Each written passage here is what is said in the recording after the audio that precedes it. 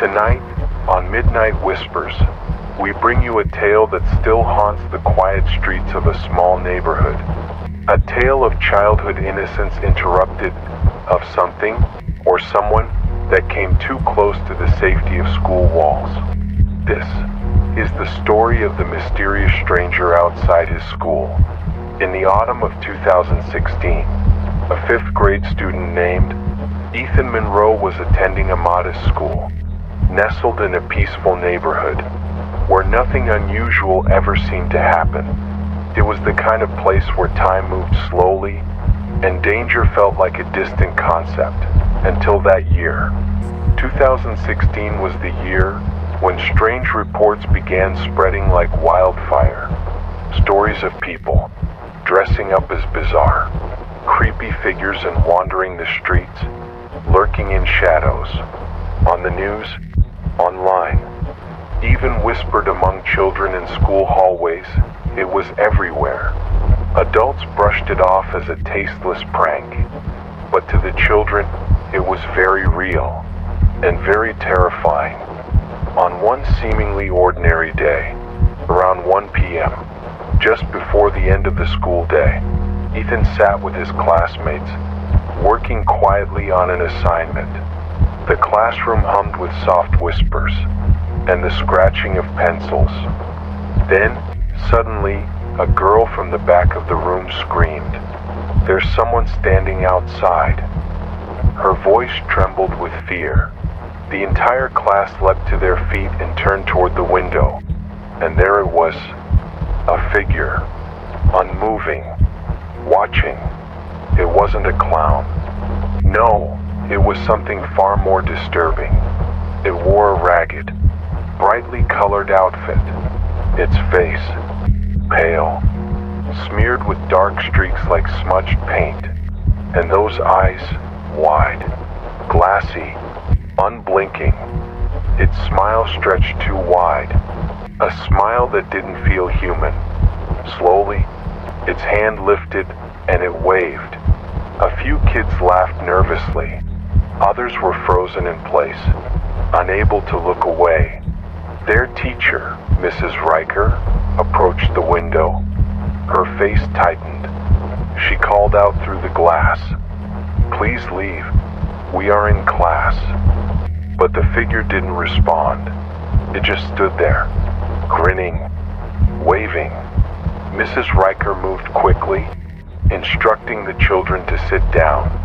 She picked up the classroom phone and disappeared briefly into the hallway. Her voice, low and urgent, barely carried through the door. Moments later, she returned. Without a word, she walked back to the window and pulled down the blinds. But behind the thin fabric, they all knew the figure was still there, still waving. Then, the school intercom crackled to life. The voice of Principal Hensley cut through the silence. "Teachers, please lock your doors immediately. This is not a drill." The tone was calm, but there was something beneath it. A strain, a warning. That's when the fear truly set in. Mrs. Riker quickly shut off the lights. "Under your desks. Now," she ordered. The class scattered and ducked into hiding. Some kids giggled nervously, trying to mask their fear. Others trembled in silence. Ethan's hands shook uncontrollably. They stayed that way for what felt like an eternity. In truth, it was only about 30 minutes. Still, no one explained what was happening. Finally, the intercom sounded again. "The situation has been resolved. Please return to normal activities." The figure, they said, was gone, but there were no details, no explanation, just a heavy, uneasy silence as the day slowly crept toward dismissal.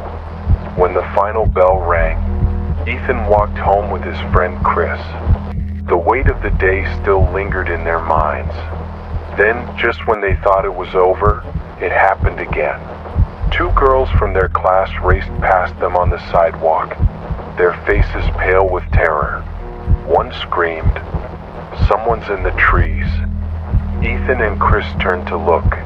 Behind the school, nestled in a thin patch of trees that separated it from the street beyond, stood the figure, barely visible in the shadows, but unmistakable. Its hand rose. It waved again, not at Ethan, not at Chris, at the two girls who had just passed by, as if beckoning them, calling them over. Neither boy spoke. They didn't wait. They just ran. When Ethan got home, he told his parents everything. They contacted the school. Later, he heard from a friend that the police had come and searched the area. But the figure? It was never found. To this day, no one knows who or what it was. But one thing remains clear.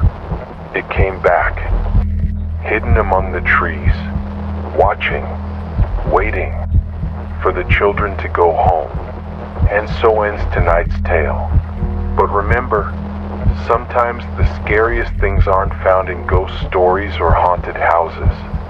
Sometimes they're right outside your window. This has been Midnight Whispers. Sleep tight.